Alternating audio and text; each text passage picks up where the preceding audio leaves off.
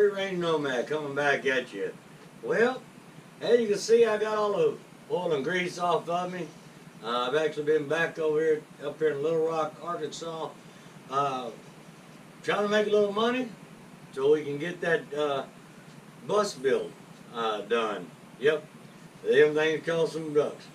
So, anyway, just want to touch base with y'all, and before I go out for the night, have me a couple of drinks and have a little fun.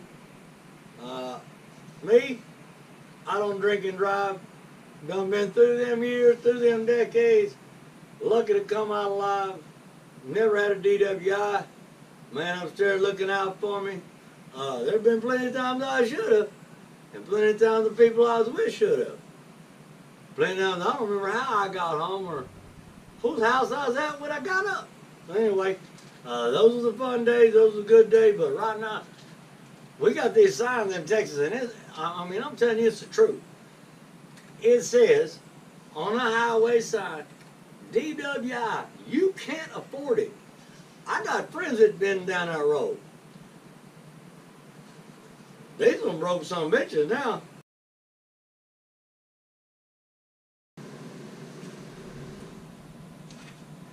Hey y'all, this is the Free Range Nomad. Just letting you know, I did make it back from the club. I had just a couple drinks, you know, nothing serious, you know. But anyway, I had a good time, met some people, just the chat. It was a pretty good time, just chilling out, getting ready for a next long run of a lot of work hours and a lot of serious shit I got to do. I had one, maybe two, to 4 to 6. Hell, I don't know. But I had a few drinks. And people always ask me, Free Range, why do you do the things you do? Why would you take a perfectly good transit bus, take a perfectly good camper or RV park that should go in your camper to rebuild it, and you mash the two together and make a motorhome? You know, you can buy them so much down at the dealership. They sell them all day long on the classified. Why would you want to take time to build one? Well, you know what? I'm going to tell you why.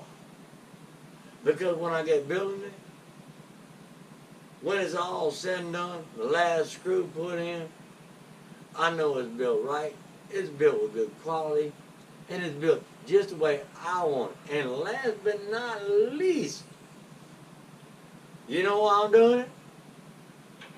Because I can. Oh shit, the phone ring. What the hell is that?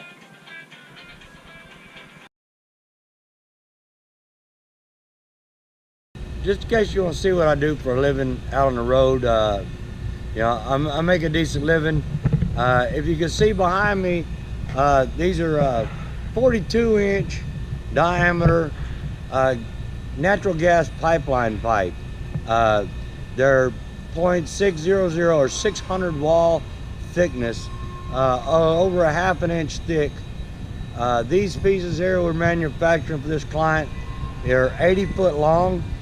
And so on this project, they're going to be, I'm at the manufacturing facility where they're actually across the street or down the way there.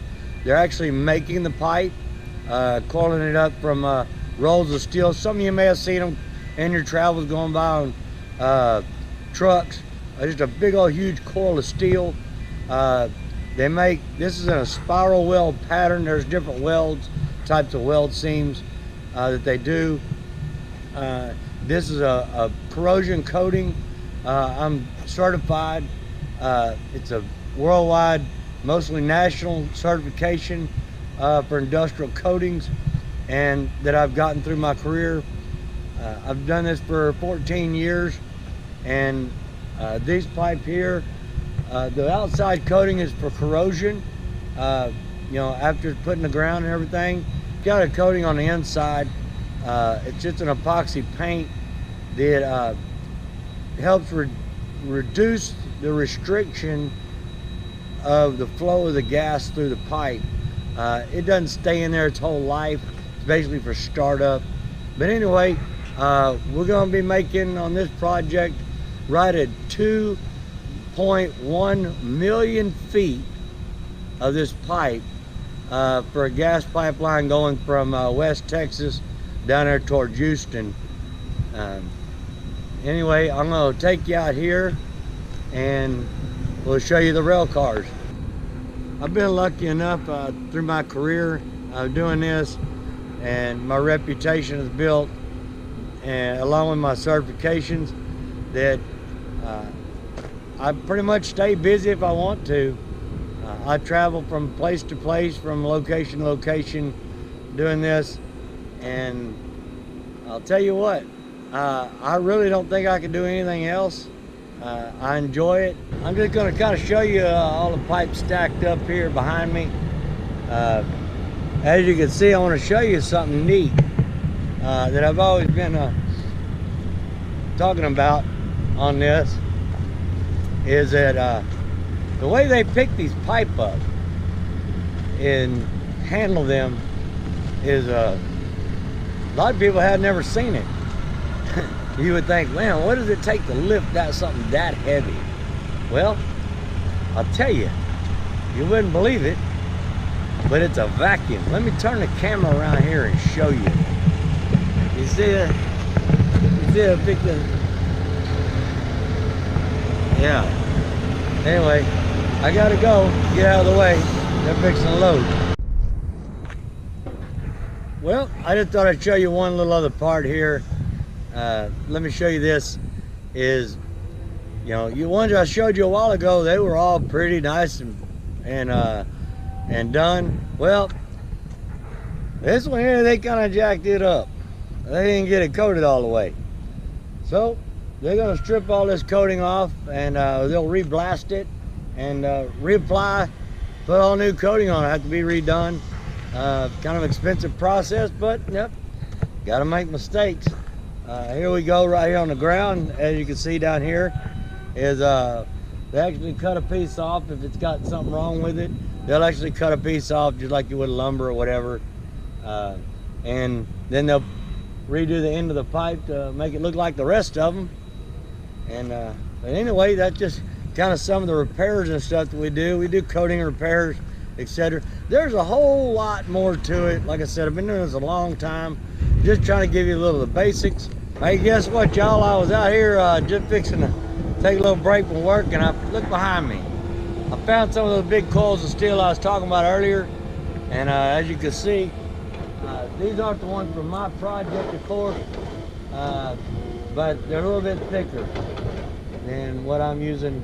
But anyway, like I said, they bring these in by barges and stuff, and then roll them on out and roll them in the pipe. So y'all stay with me, all right? I'll show you a little bit more. Hey, you know, been a while back, several years ago, and it's been in the news a lot. A lot of y'all recognize the Keystone XL pipeline project that had a big deal with the government and presidents and all of that stuff, environmentalists, etc.